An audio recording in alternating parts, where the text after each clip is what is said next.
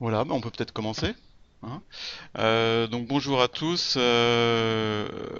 Patrick Royer, donc Netech, accompagné de mon collègue Philippe Renaud juste à côté de moi. Euh, donc on a prévu donc ce premier webinaire hein, euh, à distance. C'est un nouveau mode de communication qui nous intéresse depuis un petit moment. On n'avait pas encore l'outil interne à notre réseau pour le faire.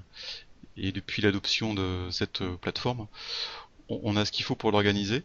Donc ça n'empêchera pas de continuer nos réunions en présentiel de temps à autre pour les différents groupes de référents, hein, que ce soit les référents techniques au travers du groupe des référents réseau informatique, les RRI comme je les appelle, et puis un autre réseau qui concerne plus la partie pédagogie numérique au travers du groupe RUPN.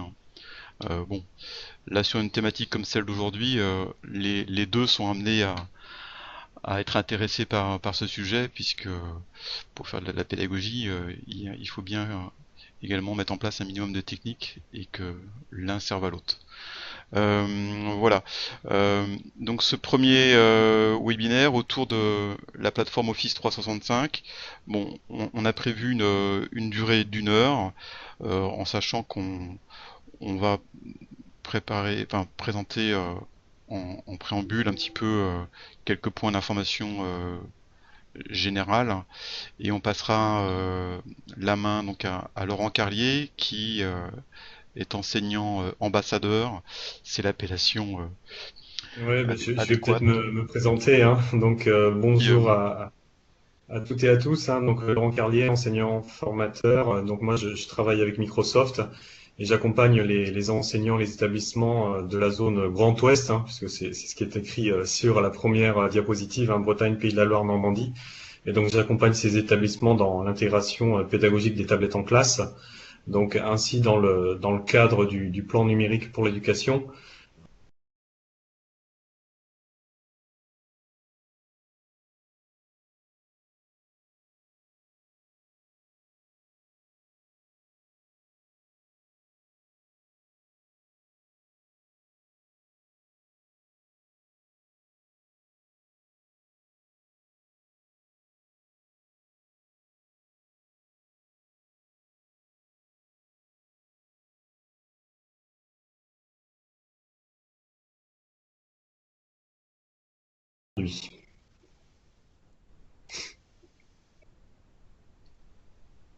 ok. Je reprends la main, j'ai fait une petite bêtise avec mon téléphone. Donc je me remets sur la première diapo.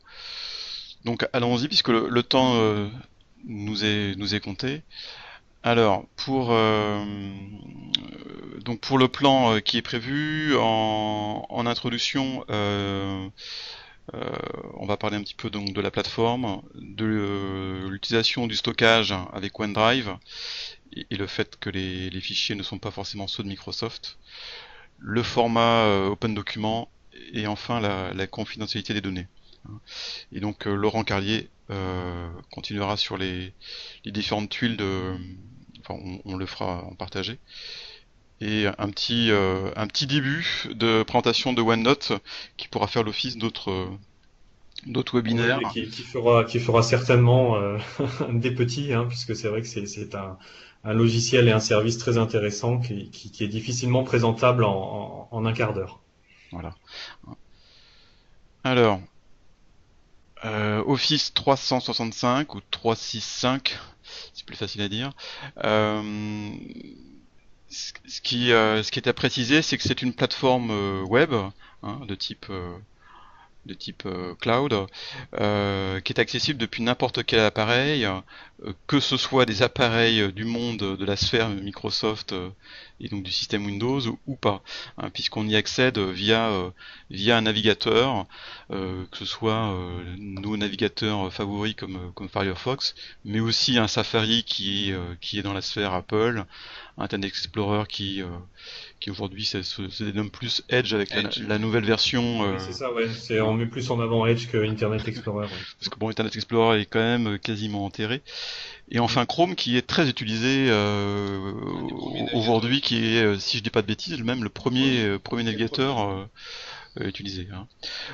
Au niveau des appareils, des devices, comme disent nos amis américains, euh, on peut y accéder depuis des ordinateurs, hein, des personnels computers, que ce soit des PC, des Mac ou des machines Linux, mais aussi depuis les nouveaux appareils mobiles de type tablette iPad, tablette Android, smartphone, iPhone, Android et Windows Phone, bien évidemment, hein.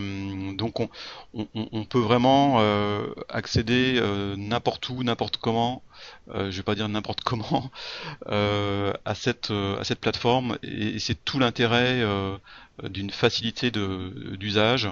Bon, et on va voir que en tout premier, chez nous, enseignement catholique, on a utilisé cette plateforme pour répondre à notre besoin de continuer de disposer d'un outil de messagerie, mais aujourd'hui on va bien au-delà, hein. Euh, un petit focus, on va faire notre minute promotion euh, autour d'un device, d'un appareil de la sphère Microsoft qui peut être intéressant, qui est pas forcément le plus connu puisque c'est pas Microsoft qui a inventé le concept de la tablette, je crois pas. Philippe, tu Non. m'arrêtes si je dis des bêtises. Autour de la tablette Windows, de la tablette hybride, où à travers de cet appareil, tout en gardant donc un système Windows qui est bien connu dans nos établissements, puisque bon, très majoritairement les parcs informatiques des établissements à, à, à la louche, on va dire à 95% sont sur l'environnement Windows. Euh, une tablette Windows peut apporter une facilité d'intégration dans un parc, hein, donc une facilité de déploiement. Le côté multi-user, multi-utilisateur qui est natif, hein, on voit bien que d'autres constructeurs, hein, pour pas citer Apple, commence tout juste à pouvoir le permettre au travers des nouveautés avec iOS 9.3. Euh, et donc le fait de pouvoir combiner deux modes de travail, hein, qui sont le mode PC où on va retrouver l'usage classique d'un clavier souris, des logiciels Windows déjà connus, déjà existants dans l'établissement, et également une ouverture matérielle au travers de ports USB et donc d'installation de différents périphériques. Et la cohabitation logiciel et applicatif, ou plutôt application sur un même matériel. Voilà. Voilà, Donc ça. on n'est pas que dans, dans, dans cette partie application qui, Voilà, tout à fait. à notre avis, Monsieur Renaud, On pourra faire un est peut-être webinaire là-dessus d'ailleurs. un leurre, hein, puisque bon, c'est pas le nombre d'applications qui fait Qui fait forcément la bonne la pédagogie. qualité, Voilà. et dans les usages, on se rend compte qu'il y a quand Non, même tout à fait. assez peu d'applications, c'est toujours les mêmes, hein, une dizaine, entre 10 et Une 20, dizaine d'applications natives qui sont vraiment toujours utilisées. utilisées, hein. Bon, le mode tablette a tout son intérêt, hein, dans l'interface tactile, l'utilisation d'un stylet. Bon, les apps, même si on vient de les décrier, peuvent aussi avoir leur intérêt, et surtout la mobilité, hein. Bon, voilà. On va pas Oui, puis c'est s'étaler. surtout la liberté de passer dans un même temps classe, hein, de passer de l'un à l'autre, hein, pour un certain type de travail qui monopolise plutôt la mobilité. Je vais me pencher sur le mode tablette, ce qui va donner une plus grande liberté aux élèves. Et puis si je veux faire du travail plus en profondeur, entre guillemets, eh ben, je vais reconnecter le clavier à la tablette et là je vais repasser en mode ordinateur pour travailler plus en détail sur certaines tâches. Voilà, tout est dit. Euh, cette plateforme 365, donc c'est une plateforme en ligne, comme on vient de l'expliquer. Euh, Elle peut être donc ouverte par chaque établissement avec son propre domaine. Là, on a l'exemple monétablissement.fr. Euh, et donc de pouvoir y rentrer différents profils d'utilisateurs, donc le profil l'individu élève, l'individu enseignant, et sans oublier les cadres éducatifs et Les salariés au GEC, administratifs. hein, et tout ça sur un niveau de licence qui est gratuit, hein. Euh, il y a je vais dire, plusieurs établissements de notre réseau qui sont déjà passés sur ce type de solution. Donc c'est une démarche individuelle pour chaque établissement.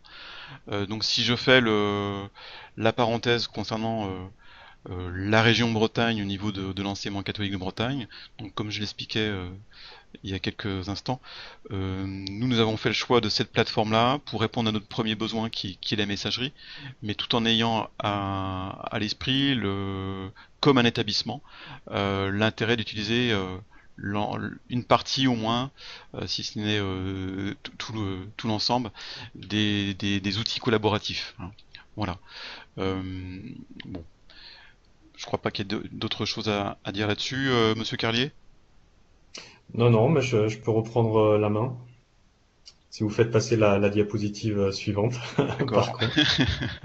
Ah oui, Parfait, voilà. vous pouvez pas encore taper sur mon clavier. Euh, Non, non, non, malheureusement, non. Mais ça va arriver, hein, la ou, télépathie. ou heureusement. Hein. Euh, une vue donc rapide de ce portail, hein, la porte d'entrée, donc on voit le lien Voilà, donc portal.office.com. pour se connecter donc sur cette plateforme en ligne, hein, donc un seul lien, hein, qui est donc le lien portal.office.com. Et donc quand on accède, alors je vous le montrerai tout à l'heure, hein, quand je partagerai mon écran, quand on accède à son espace, donc on active différents services, hein, qui sont des services de création, de collaboration et de communication, qui sont de nouveau accessibles en tout temps, hein, et en tout lieu, hein, puisque je peux y accéder à partir de n'importe quel device, hein, ou n'importe quel navigateur. Et c'est vrai que cette plateforme Office 365 est particulièrement intéressante car ça permet je dirais une vraie continuité entre les temps de travail dans la classe et les temps de travail hors la classe, hein, on peut continuer certaines tâches ou on peut faire continuer certaines tâches par les élèves. Donc ça, c'est un des premiers points qui est assez intéressant. Le deuxième point, c'est que ça permet une plus grande souplesse et une plus grande flexibilité dans les contextes d'enseignement à distance. Alors là, quand je dis enseignement à distance, je pense plus particulièrement aux élèves à besoins spécifiques qui, pour X ou raison, ne peuvent pas se déplacer dans l'établissement. Je pense aussi à des élèves qui sont soit une semaine sur deux, voire plus dans l'établissement, et là, c'est plutôt le public de l'alternance. Et puis, je pense aussi à certains établissements qui font face à une pénurie d'enseignants dans une discipline spécifique. Et là, je pense que Philippe pourra vous en dire un peu plus. N'est-ce pas, Philippe? Oui, on pense toujours, c'est vrai, pour ce type d'usage, des choses que l'on a déjà rencontrées, je dirais, en réel dans notre réseau enseignement Bretagne, mais pas seulement Bretagne, parce que la question est souvent revenue au niveau national. Ça a été très saillant, par exemple, au niveau des professeurs d'allemand à un moment donné, mais je pense aussi aux professeurs de chinois. Aujourd'hui, vous avez souvent un professeur de chinois qui a été nommé dans un établissement, et vous avez des sections de chinois qui sont faites sur, par exemple, d'autres établissements distants, avec uniquement pas des professeurs de chinois, mais cette fois-ci comment dire, des accompagnatrices en chinois, mais qui n'ont pas le statut de professeur. Donc ça peut être extrêmement intéressant sur ces logiques-là, de proposer, là, évidemment, en langue, ce n'est qu'un exemple, mais c'est un exemple qui a déjà été vécu. Donc ça permet de pouvoir proposer des options chinois à quelques élèves dans des établissements qui sont distanciés en n'ayant qu'un seul professeur. Il y aurait beaucoup d'autres exemples de ce type-là, mais c'est une illustration possible. Moi, j'ajouterais que c'est également valable pour le japonais. Voilà, c'est valable pour le Japon. Merci Patrick pour la mention. Eh oui, tout à fait. Hein. Alors On va, on va voir. Alors je vais faire un rapide survol hein, de ces différentes tuiles. Alors Patrick, est-ce que voilà. Et donc on va commencer par les premières tuiles d'outils de communication avec une première tuile courrier qui est donc traditionnellement hein, l'espace de messagerie interne à l'établissement pour les enseignants et les élèves avec donc une offre à 50 gigaoctets hein, par utilisateur sur le nom de domaine de l'école. Alors je me souviens plus très bien le nombre de courriels, Philippe, que tu m'avais donné. c'est en volume, hein, je suis pas sûr Volume, que ce ouais. soit en nombre de pièces. Voilà, c'est ça. Y Mais bon, compris. ça permet déjà d'avoir un certain volume. C'est quoi faire. Ensuite, sur la tuile calendrier, hein, donc la tuile calendrier, espace de calendrier partagé entre les enseignants et les élèves, ce qui permet bien évidemment de créer les emplois du temps. Ça peut être très utile à l'organisation interne de l'établissement pour mettre en place très facilement les rendez-vous, les réservations de salles, les organisations de différents types de réunions. Et enfin, la tuile contact, hein, qui va être la tuile qui va permettre aux enseignants et aux élèves d'accéder à l'annuaire de l'ensemble des personnels dans l'établissement. Donc là, je ferai un petit focus tout à l'heure, hein, sur cette tuile. Donc premier espace, hein, donc outil de communication, hein, courrier, calendrier et contact. Deuxième espace, hein, les outils de collaboration avec la première tuile Yammer. Alors Yammer, c'est un réseau social privé et interne à l'établissement. C'est un petit peu l'équivalent, hein, de l'ancien ou du toujours, je sais pas, forum de discussion qui pouvait exister au sein de l'établissement. On a ensuite la tuile OneDrive. Donc là, je laisserai tout à l'heure Patrick vous donner quelques précisions là-dessus. Donc espace de partage et de stockage personnel entre les enseignants et les élèves. Donc là aussi, un gros volume de données qui est proposé, hein, 1 téraoctet. Et puis enfin la tuile vidéo, hein, qui va être la chaîne vidéo privée de l'établissement. Et là aussi, hein, je ferai un petit focus dessus tout à l'heure. On peut passer à la diapositive suivante. Voilà. Voilà, donc Patrick. Donc, sur ce sujet du stockage en ligne, bon, c'est une des fonctionnalités, puisque on vient nous de le vivre au niveau de tous les utilisateurs administratifs, on va dire, des différentes DDoC et services annexes. En dehors de la messagerie, bien sûr, le stockage distant en ligne est très intéressant.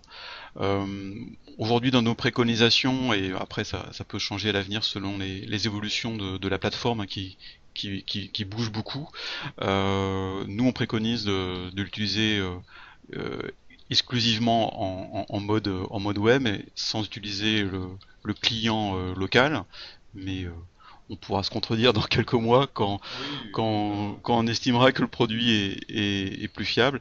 En tout cas, aujourd'hui, sur ce stockage distant, nous on l'utilise régulièrement.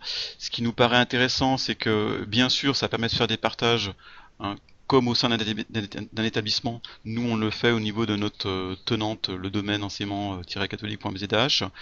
On peut évidemment partager des documents avec un ensemble ou une seule personne, et on peut aussi avoir une granularité par rapport au partage, dans le sens qu'on peut définir soit que ce ne soit que un lien de consultation, il n'y a pas de modification, mais on peut aussi donner un droit de modification à la personne, et d'ailleurs être en vrai travail collaboratif à quatre mains, pour ceux qui savent taper avec les deux mains.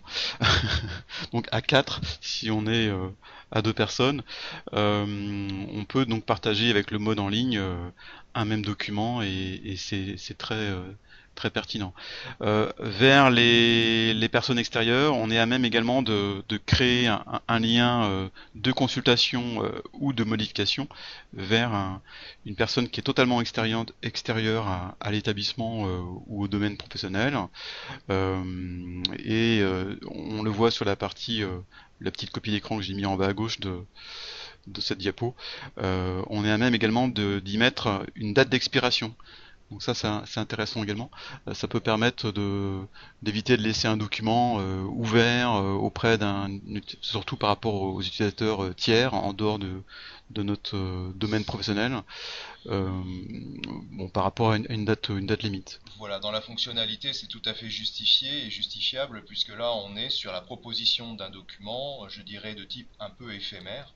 Donc là, vraiment, on est sur une tâche particulière qui est ciblée avec une fin de vie, quoi. Donc ça paraît, c'est quelque chose qui est assez intéressant fonctionnellement. Voilà.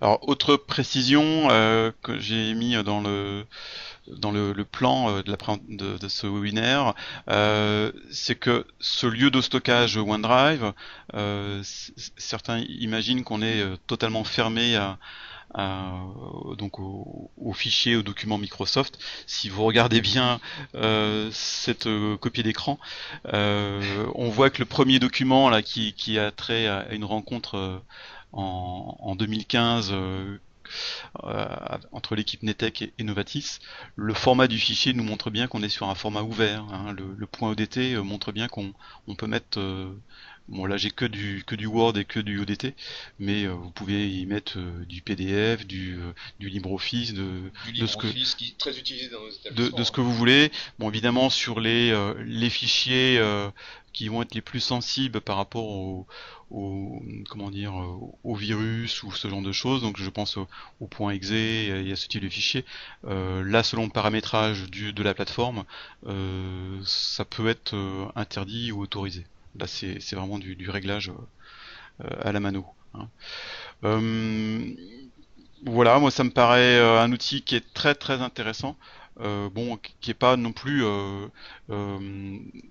on voit que tous ces outils sont des outils connus, hein, je dirais, pour une plateforme de stockage distante comme Dropbox est bien connue du grand public depuis des années. Là, ce qui est intéressant, c'est de retrouver dans son même portail professionnel toutes ces différentes briques euh, en facilitant la communication entre les différents acteurs. Bon, voilà. Vincent posait une question là à l'instant. Lequel, Vincent? Vincent Boulard a posé une question, il est en ligne avec nous. Vincent, là, il demandait si, par exemple, et ça, Laurent Carrier pourrait peut-être nous répondre, est-ce que l'on peut stocker des SWF dessus? Est-ce que c'est tout type de document? Alors c'est quoi des SWF? C'est des fichiers Shockwave, c'est du flash. Alors j'ai jamais essayé, mais je vois pas pourquoi on pourrait pas le faire. Parce que comme tout système de nuage, hein, ça prend tout normalement. Bon, bah, Mais j'ai jamais essayé, hein, normalement. Mais je peux pas. Mais je peux pas vous répondre. si l'un Alors on des me dit oui. participants peut faire le test pendant le webinaire et nous donner la réponse enfin. Oui, oui, bah, j'ai quelqu'un qui vient de réagir à l'instant, là. Oui, il y a oui, Olivier Robert qui Voilà, vient de dire oui. Monsieur Olivier Robert, qui dit qu'effectivement c'est tout à fait envisageable. Donc Mm. voilà, ça serait quelque chose à creuser s'il y a une nécessité, bien évidemment, hein. Mais là, Mais on peut. je vois pas pourquoi ça serait pas possible de le faire, hein. Enfin, ça D'accord. me paraît très étonnant. Bon, hein. Euh, on passe à la suite. Oui. Alors, un petit focus sur le format ouvert, hein. C'est un point auquel je tenais. Euh, on peut tout à fait utiliser des outils Microsoft et par défaut mettre un enregistrement au format Open Document. Moi, c'est ce que je pratique sur mes outils installés sur Post. Euh, L'intérêt, c'est de faire comprendre à nos utilisateurs, peut-être les moins avertis, que d'utiliser des logiciels propriétaires comme ceux de Microsoft et d'autres éditeurs peut avoir un inconvénient dans la communication avec des utilisateurs qui n'ont pas ce même environnement logiciel. Le format ouvert Open Document, lui peut permettre de faciliter cette communication auprès de tous les utilisateurs. Donc pour parler plus clairement, c'est pas parce que l'institution enseignement catholique de Bretagne au niveau des différents DDEC et services utilise aujourd'hui la plateforme Microsoft qu'on est obligé ou qu'on doit ou en tout cas on devrait faire attention à ne pas forcément enregistrer tous nos documents texte au format DocX.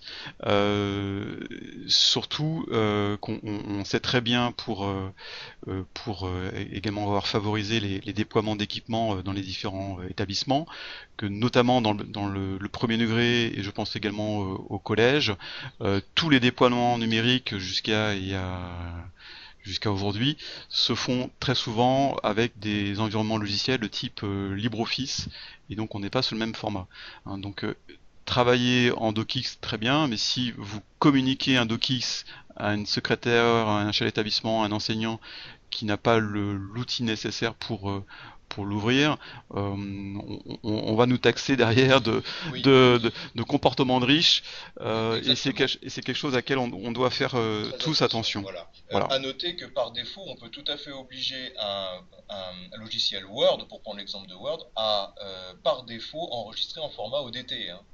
C'est un simple réglage au niveau de l'outil. C'est ce C'est que tout j'ai, à fait c'est envisageable, ce hein. que j'ai fait moi personnellement, hein. Bon, je vais pas m'attarder là-dessus. Bon, le petit document là qui me paraît sympa, vous pouvez le retrouver euh, sur le site de l'April, hein. Ce diaporama et la vidéo, on les mettra en accès sur le site de l'ENSEC. Voilà. pour la suite, un petit point sur également le lieu de conservation des données, hein, l'aspect confidentialité des données. Euh, donc l'établissement ou le service qui installe cette plateforme reste propriétaire des données. Donc aujourd'hui, le stockage au niveau des data centers sont situés en Europe pour la partie stockage, donc avec deux lieux, Dublin en Irlande et on connaît les raisons fiscales, On connaît les raisons fiscales, oui. et Amsterdam, Amsterdam. donc dans les Pays-Bas, et en sachant que je crois qu'il y a un troisième, si je dis pas de bêtises, Voilà. qui est en instance de s'ouvrir prochainement, qui est Berlin. Voilà, qui est basé en Allemagne sous législation allemande, donc en fait qui répond aux normes européennes également, bien Voilà. évidemment. Donc aujourd'hui, donc la CNIL européenne, comment dire, les règles juridiques des différents pays européens, euh, donc exigent certains respects de normes. L'offre Microsoft pour la partie stockage en environnement éducation est une des seules qui y répond. C'est aujourd'hui, après avoir consulté beaucoup de documents en anglais divers et variés, c'est la seule. Bon, Voilà. voilà. C'est un état de fait, hein, c'est pas une. Voilà. Hein. Donc le lien pour aller se documenter un peu plus en profondeur est accessible sur cette diapo, hein, et Oui, tout à fait.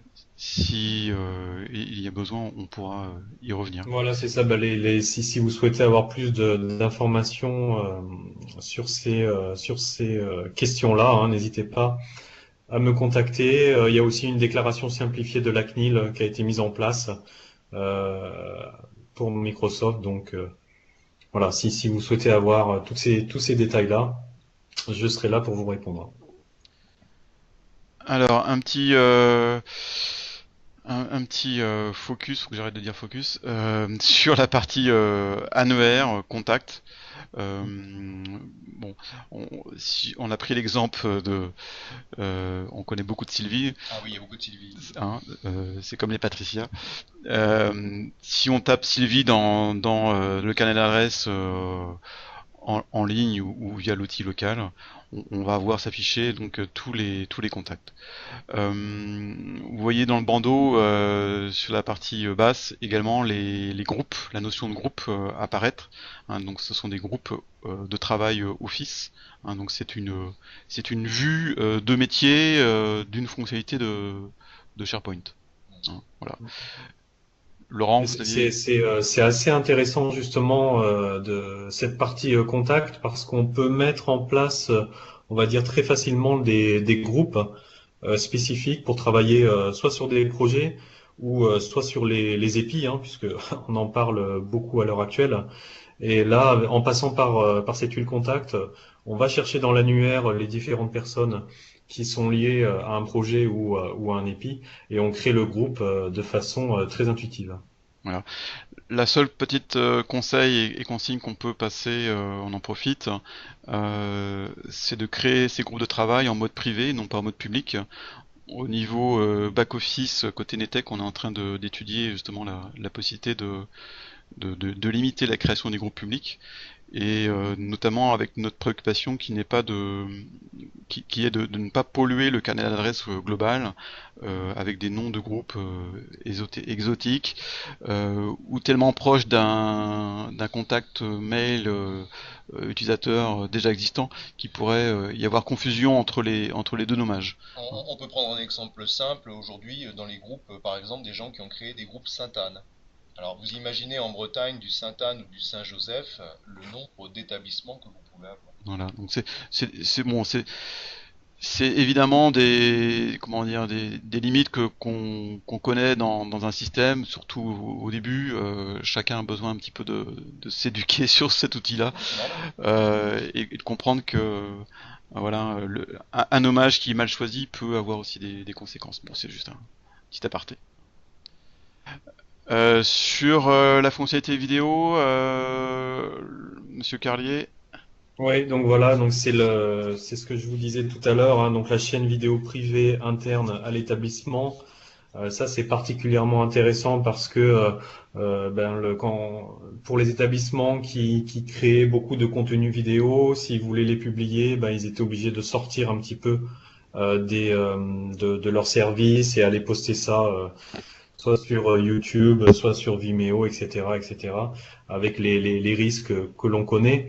Et là, avec Office 365, on a la possibilité de créer une chaîne. Alors j'ai mis une chaîne entre guillemets YouTube privée qui sera partagée entre les enseignants et les élèves. Donc l'enseignant pourra y poster et partager ses vidéos et les élèves également.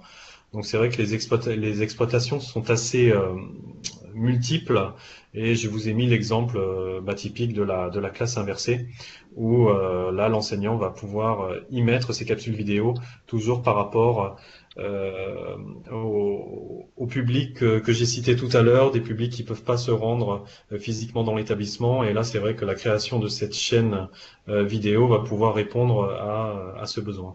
Voilà. Ça me paraît très intéressant. On parle beaucoup de classe inversée aujourd'hui. Là, on voit bien que c'est un outil. Encore une fois, il existe aujourd'hui au travers d'un YouTube, d'un Vimeo, d'un Dailymotion en dehors. Mais le fait d'avoir cet outil interne au portail, de pouvoir le rendre non public et donc privé uniquement aux utilisateurs de l'établissement, c'est également un point très très intéressant, hein. Tout à fait. Euh, les outils de création, les outils bureautiques en ligne, donc chaque utilisateur donc a accès à tout un ensemble d'outils, évidemment les Word, Excel, PowerPoint Voilà, donc en ligne. Word Online, très, très intéressant pour travailler sur tous les projets d'écriture collaboratif. Voilà. Excel Online, c'est intéressant aussi pour réaliser des questionnaires. Là, c'est vrai que dans Office 365, une nouvelle tuile est apparue. Là, ces derniers jours, c'est la tuile Forme qui permet aussi de créer des questionnaires. Mais on peut, si vous aviez l'habitude de travailler sur du Excel Online pour créer rapidement des questionnaires, là, c'est toujours réalisable. Et puis, bien sûr, le PowerPoint Online. Les outils comme OneNote que je vais présenter tout de suite. Donc OneNote, le classeur numérique partagé entre l'enseignant et les élèves, et le Class Notebook, hein, l'outil de création des classeurs, et puis le Sway, hein, qui est un outil de narration numérique pour créer des cours interactifs, des synthèses de projets, des bulletins d'information, etc., etc. Voilà ce que je pouvais dire. Alors donc le OneNote, je vais faire un petit focus là-dessus. Alors, La main, hein, la présentation. tac. Hmm.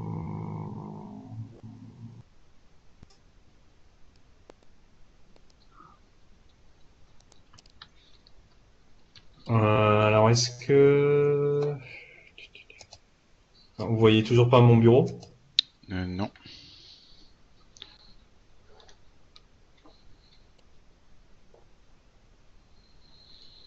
Là, ça devrait être bon. Oui, allez-y, faites bouger une diapo pour voir si Oui, c'est bon. c'est bon. Je Alors, le vois là sur celui-ci. c'est sur Voilà mon. pour mon écran. Je suis en train de me mettre Ça y est. sur la diapo. C'est bon? Encore une. Il y a un petit temps de latence peut-être? Oui, oui, il y a un léger temps de Ça y est, latence. vous êtes rendu à la diapo. Je ne sais, j'ai pas le numéro. Voilà, OneNote. donc je vais faire un petit focus hein, sur le OneNote. Donc le OneNote, hein, le classeur numérique de la classe qui va regrouper le bloc-notes des enseignants et les bloc-notes des élèves. Alors c'est un service de Office 365 et donc accessible de n'importe quel device, hein, c'est la petite capture que je vous ai mis là. Et dans un bloc-notes, l'enseignant et les élèves vont pouvoir y mettre tout type de contenu, hein. C'est la petite image que vous avez, hein. On va pouvoir mettre du texte, de l'audio, de la vidéo, de la photo, des notes manuscrites, et on va pouvoir également profiter des possibilités, si on a des tablettes Windows, de filmer directement avec la tablette et d'incorporer très naturellement ces vidéos dans le classeur OneNote.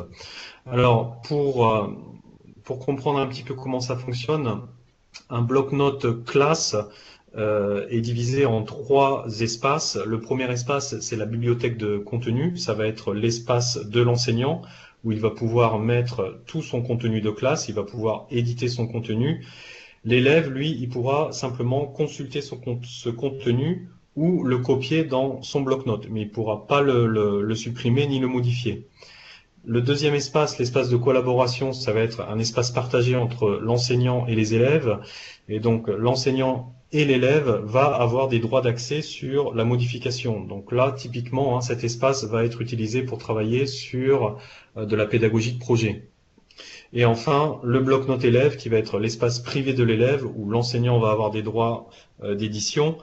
L'élève, bien sûr, va pouvoir éditer son bloc-notes, mais il ne pourra pas voir les autres bloc-notes des élèves. Donc ça, c'est un point assez important à noter, donc avec cet aspect un petit peu privatif de chaque bloc-notes d'élève. Donc au niveau de la vue, après je vous montrerai comment ça se passe, mais au niveau de la vue, là, donc, nous sommes sur la vue enseignant. Donc, il y aura donc la bibliothèque de contenu, le Content Library, l'espace de collaboration, et ensuite, on le voit ici, tous les blocs-notes des élèves qui seront affichés. Je vous montrerai ça un peu plus en détail avec mon OneNote. Et sur la vue élève, donc lui, il aura bien sûr la bibliothèque de contenu, l'espace de collaboration et simplement son bloc-notes. Il ne pourra pas voir les autres bloc-notes des élèves. Alors, plus concrètement, donc je vais me mettre sur voilà mon bloc-notes. Est-ce que vous le voyez? Oui. C'est bon pour tout le monde? Ils peuvent vous Donc, j'ai répondre. créé un bloc-notes classe 7A. Et donc là, je retrouve ma bibliothèque de contenu, mon espace de collaboration et le nom de mes élèves qui s'affiche ici. Là, je suis connecté en tant qu'enseignant.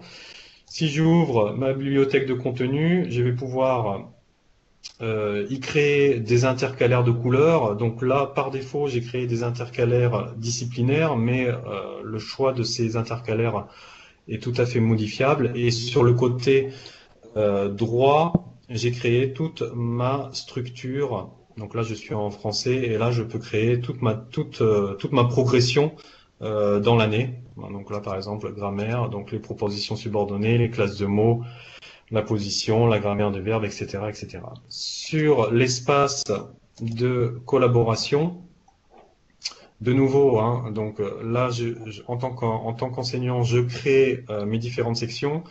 Et là, par exemple, je suis sur un travail sur la bohème. Je vais demander à mes élèves de visionner cette vidéo et d'écrire dans cet espace-là la définition de la bohème. Et tout ce qui sera écrit par mes élèves sera nominatif. Donc, je pourrai très facilement savoir qui a écrit ça, à quel moment.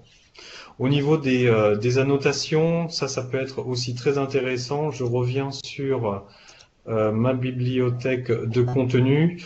Comme vous le voyez en haut, sur le bandeau, et là je vais travailler avec mon stylet, j'ai des possibilités d'annoter le texte très facilement. Il suffit que je sélectionne là, et là avec mon stylet. Je ne sais pas si vous le voyez. Est-ce que vous le voyez? Oui ou pas? Il faut qu'ils vous répondent en chat. Je ne réponds Non qu'en mais chat. non mais vous, Patrick et Philippe, vous le voyez? On dormait, excusez-nous. Eh ben, ils nous répondent tous ou ils nous disent oui. Yvan vient de nous répondre, Stéphane aussi. Donc c'est oui, je Voilà, crois. alors Il y a pas j'ai de des souci. C'est un oui possibilités. unanime. Voilà, de surligner le texte. J'ai la possibilité aussi, j'en parlais tout à l'heure, de faire une écriture manuscrite. Donc là, regardez bien, je vais écrire quelque chose. Alors, à visionner. Voilà. Et avec mon stylet, je peux sélectionner cette partie-là, c'est ce que je suis en train de faire, et la déplacer où je le souhaite dans la page. Et j'ai une dernière possibilité qui est la transformation en écriture texte. Alors j'espère que j'ai bien écrit. Voilà. Et donc on a à visionner. Bon, il n'y a pas C'est pas d'espace, mal. mais voilà. Donc ça offre des possibilités particulièrement intéressantes. Alors dans les différentes choses aussi, j'ouvre un petit peu les différents bandeaux. On peut faire des captures d'écran, vous voyez ici, hein, images, on peut insérer des images en ligne, on peut mettre aussi des vidéos en ligne, on peut faire un enregistrement audio directement dans le OneNote, un enregistrement vidéo, etc. Mais ça, ce sont des fonctionnalités que je présenterai peut-être dans un autre webinaire sur les options un peu plus précises sur OneNote. Au niveau de la création des blocs-notes, donc là, je vais me connecter sur mon espace. Alors, est-ce que tout le monde le voit? Parce que c'est vrai qu'avec les temps de latence, c'est vrai que j'aimerais faire la démonstration en live. C'est bon pour tout le monde? Ça me Est-ce que paraît vous bon. voyez mon espace?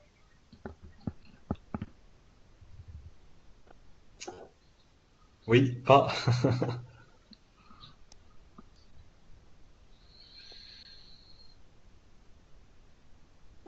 Non, vous le voyez toujours pas? Ils nous répondent oui. Ok, voilà. Et donc, donc pour créer un bloc-notes, donc j'ouvre de nouveau l'ensemble des tuiles que je vous ai présentées tout à l'heure. Je choisis la tuile qui s'appelle Class Notebook. Je l'ouvre.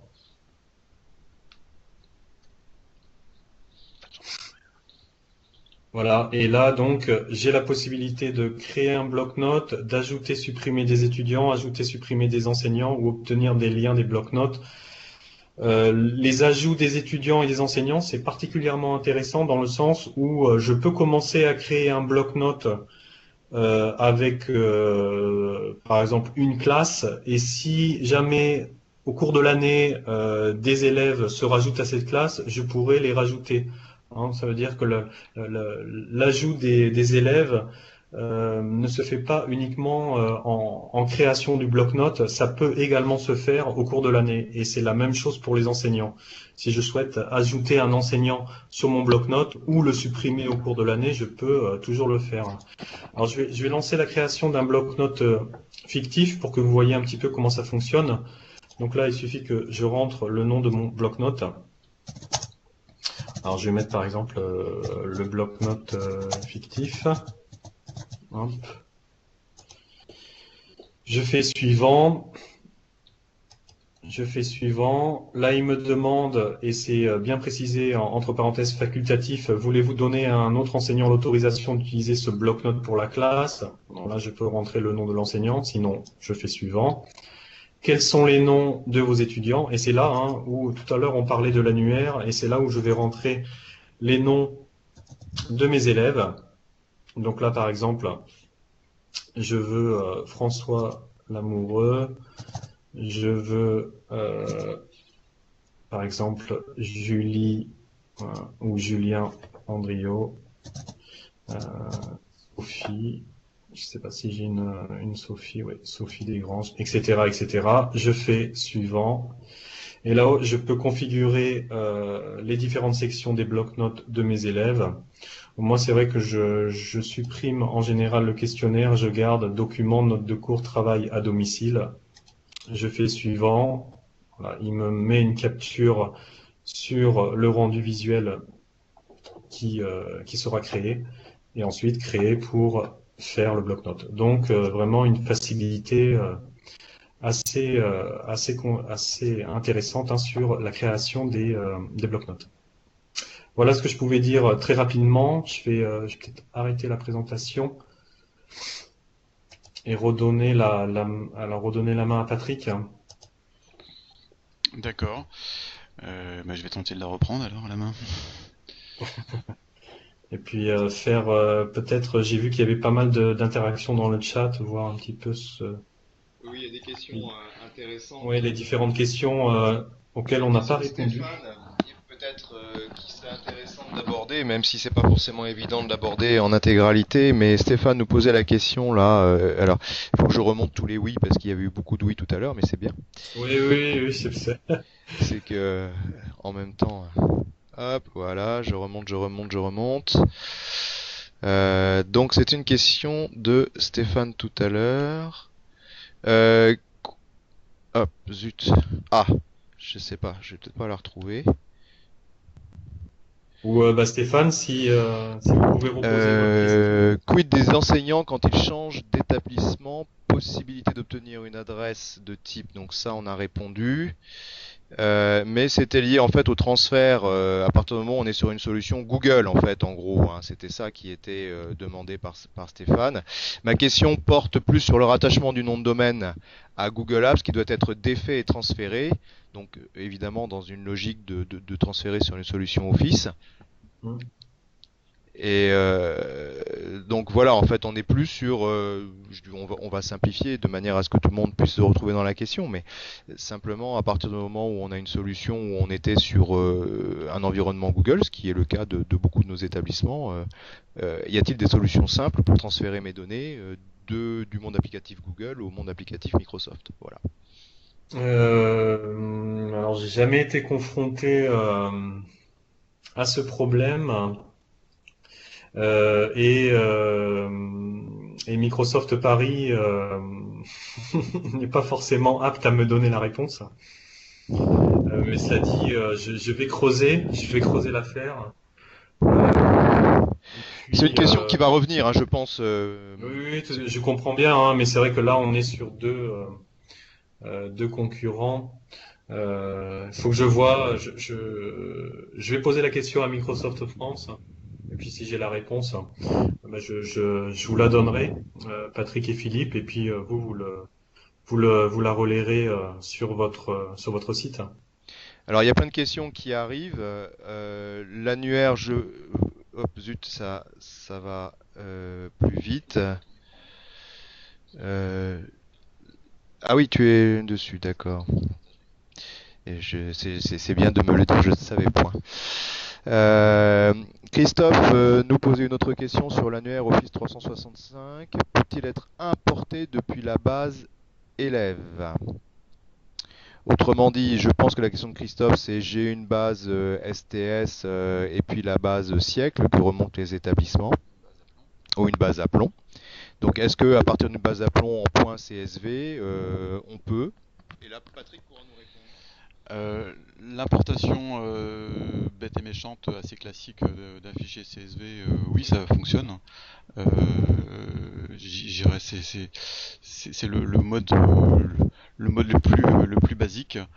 Euh, Après, ce qui peut être également envisageable, et là je pense aux établissements qui disposent de serveurs Windows avec un annuaire AD, c'est donc de faire un raccordement entre son environnement on-premise, j'adore les appellations, c'est-à-dire de l'environnement matériel physique local à l'établissement et l'annuaire distant Azure AD mode cloud pour qu'il y ait une synchronisation entre ces deux environnements et donc une récupération des comptes. Hein. Ça, c'est quelque chose qui est envisageable. Bon, il y a peut-être un accompagnement plus spécifique avec un prestataire qualifié pour faire ce genre d'opération. Bon, après, c'est quelque chose d'assez courant aujourd'hui vu le nombre d'utilisateurs de la plateforme. Est-ce qu'on a d'autres questions Peut-on intégrer Loïc qui nous demandait si on pouvait intégrer directement un groupe pour créer une classe? Autrement dit, ce que je pense Loïc nous dit, c'est que je suis sur mon tenance d'établissement, bien évidemment, un groupe égale une classe, mais là il faut bien distinguer le groupe de travail qui peut être un groupe spécifique réunissant quelques professeurs sur une thématique ou sur une salle des profs virtuelle, et la notion de groupe par exemple sur OneNote Class, qui est, je pense, l'outil le plus désigné dans ce cas d'utilisation pédagogique pour créer des classes avec des intercalaires, etc. Je me trompe pas, Monsieur Carlier, Oui, par c'est rapport à ça, ça? c'est ça. Alors ça, je reviendrai dessus lors d'un prochain webinaire, mais il est également Oui, je pense possible aussi. sur un bloc-notes donc enseignant. Donc si je suis enseignant, je crée un bloc-notes et si j'ai différents groupes d'élèves auxquels je souhaite pas donner l'accès à l'ensemble de ma bibliothèque de contenu, je peux très bien paramétrer les pages ou les intercalaires avec des mots de passe. D'accord. pour restreindre justement Alors, ces accès.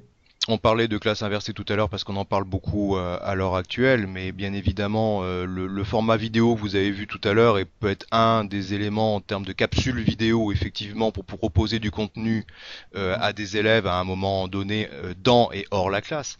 Mais pour le cas de OneNote, c'est exactement la même chose.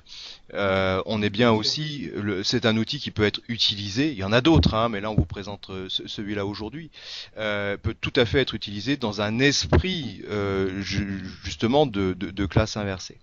Donc je pensais à ça tout à l'heure puisqu'on a parlé effectivement pour la chaîne vidéo que ça pouvait être les capsules vidéo pouvaient être intéressantes dans ce sens, mais OneNote Class peut être aussi un élément intéressant pour ça. Par contre, je ne sais pas si de OneNote Class on peut intégrer des vidéos ou ce sont des liens en interne que l'on peut intégrer, peut-être. Alors, on peut intégrer tout type de vidéo, c'est ce que j'ai montré tout à l'heure. Soit on passe par vidéo en ligne, donc là on insère un lien qui va permettre, et c'est assez intéressant parce qu'en insérant un lien sur une page OneNote, il vous donne tout de suite le visuel de la vidéo et vous avez qu'à appuyer sur le bouton play pour lancer la vidéo.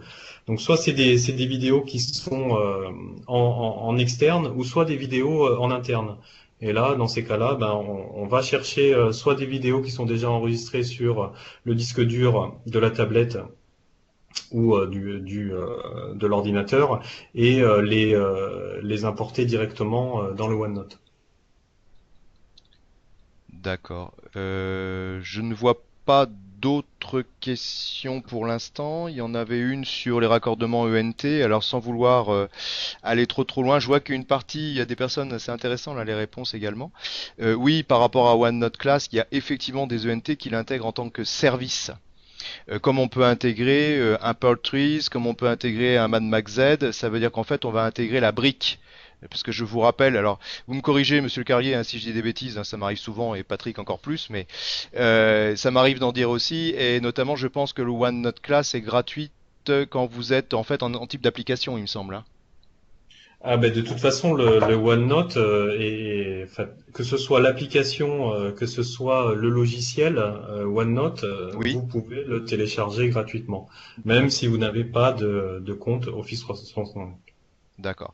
Donc, concernant le raccordement avec les ENT, oui, effectivement, de plus en plus, il y a le service OneNote qui peut être raccordé à un ENT, et quand je parle de raccordement, c'est bien par rapport aux annuaires. Néanmoins, il y a aussi d'autres projets aujourd'hui que l'on suit assidûment avec Patrick, qui est aussi du raccordement sur des ENT globaux. Alors ça, c'est un autre chantier qui arrivera plus tard, mais néanmoins, il y a différents projets et il faut savoir que Microsoft est très intéressé aujourd'hui pour placer leurs solutions, bien évidemment, hein, tout simplement, et c'est une motivation commerciale, mais de raccorder au fur et à mesure des solutions ENT de région avec la solution Office 365 Éducation. Mais ça, on n'y est pas encore, mais néanmoins, on sait que ça va arriver. Je ne sais pas s'il y avait d'autres questions par rapport à ça. Je vois que ça bouge. Non? Ah non, c'est toi qui... Oui, d'accord. Bon, laisse. Voilà, parce qu'on a deux écrans plus la télévision, etc. Et à la fin, on sait plus lequel regarder. On sait plus celui... Est-ce qu'il y a d'autres questions qui étaient abordées on, en début?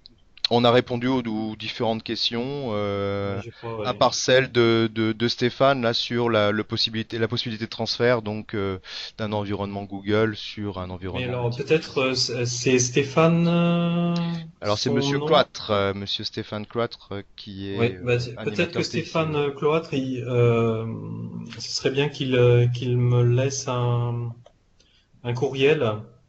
Comme ça, je lui répondrai directement. Alors, Patrick, si vous pouvez Je vous ferai mettre suivre. peut-être la dernière diapositive avec nos différents courriels, mais Elle est là. voilà. Voilà. Alors, il y a aussi, je vois quelques questions qui ont été posées par différentes personnes sur une chose qui est très importante, c'est le coût des licences. Alors, outre le fait on ait accès à une plateforme qui peut être gratuite à partir du moment où on a des logiciels en ligne, Mm.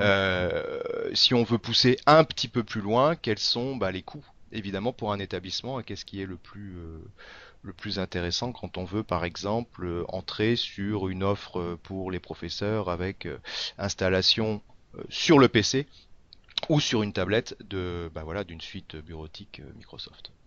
Là, on voit qu'il y Alors a donc quelques là, on questions rentre là-dessus. plus dans le cadre de ce que Microsoft appelle l'offre Office Pro Benefit, qui, euh, qui permet l'installation donc des logiciels physiques, en physique, sur les ordinateurs des personnels. Là aussi, ce sera difficile de vous donner une réponse là en 2 minutes sur ce point parce que c'est au cas par cas en fonction du nombre d'employés à temps plein, etc. Là, je pourrais envoyer des documentations à Patrick et Philippe sur le sujet, ou si vous voulez directement avoir ces documentations sur vos courriels, ben, vous pouvez également m'envoyer une demande Voilà, donc en vous via adressant à LinkedIn. laurent.carlier@formateur-microsoft.com, on est bien d'accord, hein? Exactement, exactement. Ok. Y a-t-il Voilà. d'autres choses sur le chat qui est tombé? Apparemment, non, pour l'instant. Soit c'est l'heure du goûter, peut-être. Non, pas encore. C'est l'heure de la sieste, alors peut-être plus.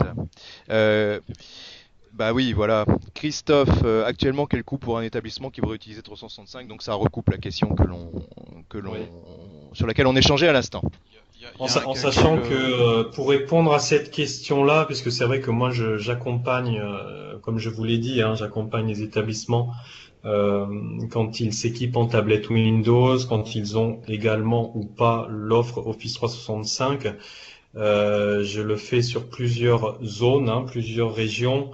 Et en général, c'est plus donc l'offre Office 365 donc gratuite qui est choisie, qui est mise en avant, et l'offre Office Pro Benefit pour avoir les logiciels en physique est moins répandue parce que finalement, pourquoi, enfin, ça c'est une opinion personnelle, mais pourquoi véritablement se tourner vers des logiciels en physique quand on peut les avoir en ligne, accessibles de n'importe où et n'importe quand.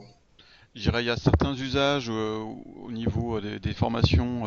Bon, je pense à des formations en comptabilité ou formation supérieure, où évidemment un Excel local et un Excel en ligne n'apportera pas le- les mêmes fonctions. Ouais, les Euh, mêmes fonctionnalités, ouais. en tout cas, il y a un cœur commun, mais il y a des fonctions avancées qu'on ne trouvera pas sur le Excel Online. Euh, mais il est vrai que pour une grande partie des usages, le- les- la simple boîte à outils en ligne répond Complètement. complètement aux besoins.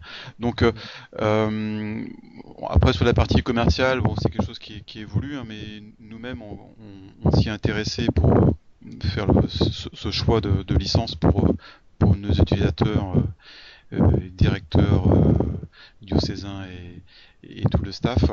Euh, donc le principe, c'est que dans l'offre pro bénéfice, si je dis pas de bêtises, on doit compter le nombre de temps plein Nombre de TP, oui. enseignants et administratifs dans l'établissement. Euh, Ouais, donc, ouais, c'est donc ça. Peut-être que, alors attendez, est-ce que je pourrais peut-être vous donner, si je la retrouve, j'avais une capture, j'ai un petit visuel qui explique ça. Attendez, si vous L'intérêt me quand donnez. même, c'est que pour les documents en ligne, c'est de pouvoir générer, par contre, et ça je sais que dans les équipes ça intéresse de plus en plus, je pense notamment à un établissement qui avait posé cette question en lycée, c'était la possibilité du document collaboratif en ligne. Ça veut dire qu'on cherche pas forcément d'avoir des fonctions avancées dans ce cas-là. On est plus dans une logique, par exemple, de compléter ensemble un tableau sur un conseil de classe, on va rester pratique. Sur un conseil de classe, j'ouvre ça à mes collègues qui sont, moi je suis prof titre par exemple, j'ouvre ça à mes collègues et on va compléter ensemble un tableau que j'ai préétabli pour le futur conseil de classe qui a lieu dans 15 jours. Ça, c'est quelque chose, je pense, qui est assez intéressant. Voilà. Euh, Oui, tout à fait. comment dire, une question d'Ivan Robic. Est-il possible de tester Office 365 pendant 5 ans? Pendant 5 ans, c'est plus de l'ordre du test, là, c'est Ouais. de l'opérationnel. Gratuitement sur un établissement de 350 élèves, bah, j'irais la solution Office 365 éducation. Ce premier niveau est gratuit et donc tout à fait accessible pendant 5 ans pour 350 élèves et les enseignants qui vont avec euh, à ma connaissance et il n'y a pas de souci pour y accéder. Alors je vois que notre interlocuteur du 22, animateur TIS, Laurent Mercier, nous pose une question. Sur le premier degré, là. Sur- Oui, par rapport au premier degré qui est son secteur d'activité préféré. Le nombre d'écoles qui utilisent OneNote Class à votre connaissance. Donc là, je pose la question à Monsieur Carlier. Euh, des usages collaboratifs entre plusieurs classes faisant partie de plusieurs établissements. Est-ce que ça a lieu? Euh, voilà. Est-ce que vous en savez plus, Monsieur Carlier, sur les usages en premier degré? Alors moi je suis pas un spécialiste du premier degré. Par contre je pourrais demander à mon collègue du Sud-Ouest qui lui est très au courant de la chose sur les utilisations de OneNote premier degré. Oui, il y en a. Maintenant, quels sont les usages? Là, tout de suite, je pourrais pas vous répondre, mais je pourrais effectivement lui poser la question. C'est un point important, hein, pour le premier degré parce que le premier degré est aussi je dirais un utilisateur de ce Mm, type bien d'outils de sûr. plus en plus parce qu'il y a une vraie pédagogie bien évidemment derrière avec des choses qui sont extrêmement intéressantes et la question je trouve est pas mal parce qu'effectivement OneNote Class par ses fonctionnalités pourrait tout à fait intéresser des classes d'un outil gratuit. On peut tout à fait imaginer qu'il y ait des choses très intéressantes qui se fassent en matière pédagogique. Tout Évidemment. à fait. En Tout à région fait. Lorraine, on voit ici, c'est voilà, il y a plusieurs réactions, c'est ça qui est sympa là. Donc il y a Bah apparemment une voilà, donc expérimentation qui a lieu en région Lorraine pour le premier degré. Hein, c'est ce que mm. nous indique Olivier Robert Eudes. Mais de nouveau, hein, Laurent Mercier, alors je sais pas si je peux avoir son courriel directement ou Bon, bah, s'il c'est peut me quelqu'un que vous serez l'envoyer. certainement amené à rencontrer Oui, puisque oui, oui, tout à fait. il fait Oui, partie de notre grand parfait. Donc groupe dans ces cas-là, je d'a- pourrais lui donner. Ouais, d'animateurs autour du numérique. parfait. Ben, dans ces cas-là, je lui répondrai en visu alors sur le sujet. Exactement. Hein. Voilà. Dernière question de Monsieur Denis. Je ne sais pas si c'est Marc Denis qu'on connaît bien. Peut-on mettre en place un deuxième nom de domaine pour bénéficier d'Office 365 lorsqu'on utilise déjà Google Apps? Ah, afin de faire aussi une transition entre Google Apps et Office 365. Alors là, c'est une colle. Euh, Sachant mettre, qu'on veut utiliser le même nom de domaine. mettre en place un deuxième nom de domaine pour bénéficier d'Office. Donc je pense que ça recoupe tout à fait la question de Stéphane, en fait. Donc c'est-à-dire utiliser un même nom de domaine sur deux endroits différents, ça me paraît compliqué. Ouais, c'est surtout un vrai casse-tête pour pour l'administrateur. Oui, oui, oui. Marier les deux, bon, je veux bien croire qu'il y a des fonctionnalités qui sont présentes et aussi d'autres intérêts qui sont présentes chez Google et qui ne le sont pas chez Microsoft. Hein, ça c'est bien évident. Utiliser un même nom de domaine sur les deux plateformes en même temps, ça me paraît bien compliqué techniquement. Je suis pas sûr que ce soit le choix le plus pérenne. Euh, Là, monsieur E nous indique que pour les sous-domaines, c'est oui, pour le même nom de domaine, c'est non. Bon, ça reprend un peu ce qu'on évoquait. Hein. Mm. Voilà. Et puis je pense il faut surtout penser aux enseignants. Multiplier les offres, comme multiplier les matériels, à mon avis, c'est pas vraiment une option très Ça peut être pertinente. contre-productif, hein, en Mm. effet, d'avoir une multitude de fonctionnalités hein, qui évidemment sont toutes aussi intéressantes les unes que les autres, mais on peut perdre nos usagers à l'intérêt premier de cette offre de solutions cloud, que ce soit celle de Google ou d'un autre, hein, d'avoir un portail distant unique dans lequel on va retrouver un ensemble d'outils. Et ça avec un seul, comme pour un ENT, un seul identifiant et mot de passe. Voilà. Ça me paraît dangereux d'ajouter une surcouche. Hein. Voilà. On va peut-être arrêter là parce qu'on a dépassé notre quota horaire. On a Oui. s'était fixé 15 heures comme limite. Donc on va laisser chacun vaquer à ses occupations et notamment faire des soldes. Oui, tiens, on va faire les soldes. On a l'impression de faire la radio en ce moment, c'est assez rigolo en fait. Je crois qu'on va monter une web radio si ça continue. Oui, mais On va ça, faire c'est- les animateurs. Good Morning Vietnam. Je pensais à une chose quand même. On a pour intention de proposer plusieurs webinaires l'année prochaine. En espérant que celui-ci, bah voilà, vraiment vous ait intéressé. Si vous avez aussi des sujets que vous aimeriez peut-être voir en webinaire, vous pouvez toujours nous dire, bah tiens, nous, ça serait intéressant de travailler là-dessus, pourquoi pas, hein, ça sera aussi assez interactif. Ce que l'on trouvait avec Patrick, c'est que le format webinaire permettait quand même de faire en sorte de ne pas vous prendre trop de temps, mais en même temps d'être un peu sur les sujets d'actu, sur les trucs qui pourraient vous intéresser. Donc on essaie de coller vraiment au plus près de vos besoins, quoi. Donc n'hésitez pas si vous souhaitez nous contacter pour dire bah tiens, ce serait intéressant d'avoir un webinaire là-dessus.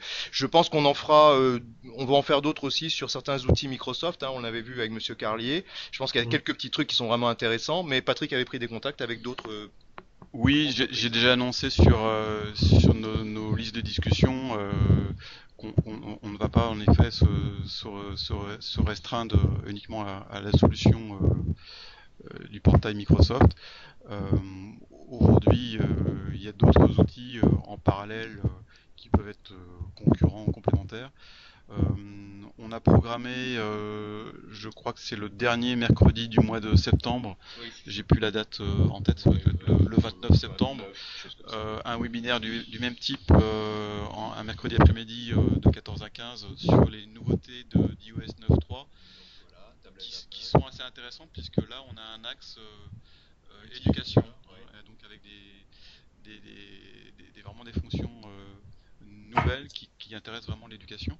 On fera également certainement aussi quelque chose autour d'Android et la solution Edutis qu'on connaît bien pour l'avoir déployée sur le serveur, mais qui aujourd'hui aussi a des fonctionnalités en, en outils non pas que MDM, mais surtout gestion de classe. Hein. Euh, enfin voilà, on est ouvert à d'autres propositions. Voilà, bah, écoutez, Patrick vous fera une chanson. on vous remercie, monsieur Carlier. Voilà, merci. C'est moi qui vous remercie. Allez, Merci à tous les participants parce que c'est vraiment sympa là et ça fait plaisir. à bientôt et puis bonnes vacances si on se revoit pas d'ici là. Allez, Parfait. au revoir. Merci à vous. Merci, au revoir.